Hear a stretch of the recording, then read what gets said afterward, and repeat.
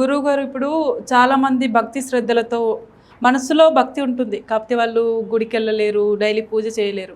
అలాంటి వాళ్ళకి మంచి ఫలితాలు వస్తాయా, లేకపోతే ఈరోజు చాలా పవిత్రమైన రోజు, తప్పకుండా పూజలు చేయాలి, ఈరోజు మంచి ఫలితాలు వస్తాయని ఎప్పుడు చేయని వాళ్ళు, మనసులో భక్తి లేని వాళ్ళు పూజలు చేస్తూ ఉంటారు కదా, అలాంటి వాళ్ళకి మంచి ఫలితాలు వస్తాయంటారా? నువ్వు అడిగే ప్రశ్నలోనే సమాధానం ఉందమ్మా. ఎట్లా అంటే నిత్యం చేసిన, ఆ రోజే ప్రత్యేకంగా చేసిన విషయాలు పక్కన పెడితే వారు ఎంత భక్తితో చేస్తేనే ఫలితం వస్తుంది. ఓకే. అండ్ భగవంతుడు చేరుకోవడానికి నారద సూత్రాలు 9 రకాల భక్తి మార్గాలు, సూత్రాలు అని. అందులో భక్తి ఎంత భక్తిగా మనం స్వామివారికి, అందుకే అంటారు కదా, జలం పుష్పం ఫలం తోయం అని. కృష్ణుడు భగవద్గీతలో ఈ నలుగిట్లో ఏది సమర్పణ చేసినా పర్వాలేదు, జలం నీరు సమర్పణ చేసినా పర్వాలేదు, పుష్పం ఫలం తోయం, ఇవి ఏవి ఇచ్చినా సరే ఏనైనా భక్తిగా ఇచ్చేస్తేనే నేను స్వీకరిస్తాను అన్నట్లుగా నీకు నేను సరౌండర్ అయిపోతాను అని.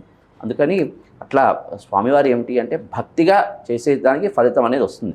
అది ఎప్పుడో ఒకసారి జన్మకో శివరాత్రి వీడికి ఆ ఒక్కరోజు వీడి భక్తిగా ఆ ఒక్కరోజు నమస్కారం చేసినా అదే ఫలితం వస్తుంది. కానీ నిత్యం చేస్తూ భక్తిగా చేయకుండా నిత్యం దైవారాధన చేస్తున్నారు వాళ్ళు, భక్తి లేదు లోపల, శూన్యం. నిత్యం దైవారాధన చేసేప్పుడు ఉదాహరణకి హరే రామ రామ రామ హరే హరే భజన చేస్తున్నారు వాళ్ళు. చేస్తూ ఈ దోమ, ఈ ఏమిటో దోమ పీకుతున్నది అనేటువంటి భావన. నెక్స్ట్ ఏదో వంటింట్లో ఏదో వేచుతూ ఉంటారు ఆడవాళ్ళు, ఏదో వంట వీళ్ళు అక్కడ భక్తిగా జపం చేస్తూ ఉంటాడు, పూజ చేస్తూ ఉంటాడు, అక్కడ వంట మంచిగా వేగుతూ ఉంటాయి, ఈ వాసన వాడికి వస్తూ ఉంటుంది. ఓహో అద్భుతమైన వంటకాలు చేస్తున్నారు. వాడి దృష్టి ఎక్కడ ఉంటుంది? వంటిల్లు మీద ఉంటుంది, ఇక్కడ ఉంటుంది. ఎంత చేసిన ప్రయోజనం ఏముంది? శూన్యం. అందుకే భక్తిగా చేయడం అనేది ప్రధానమైనటువంటి సూత్రం. కాబట్టి భక్తితోనే మనం భగవంతుణ్ణి చేరుకోవడానికి అద్భుతమైనటువంటి మార్గం అని మనకు నారద సూత్రాలు కూడా ఉన్నాయి.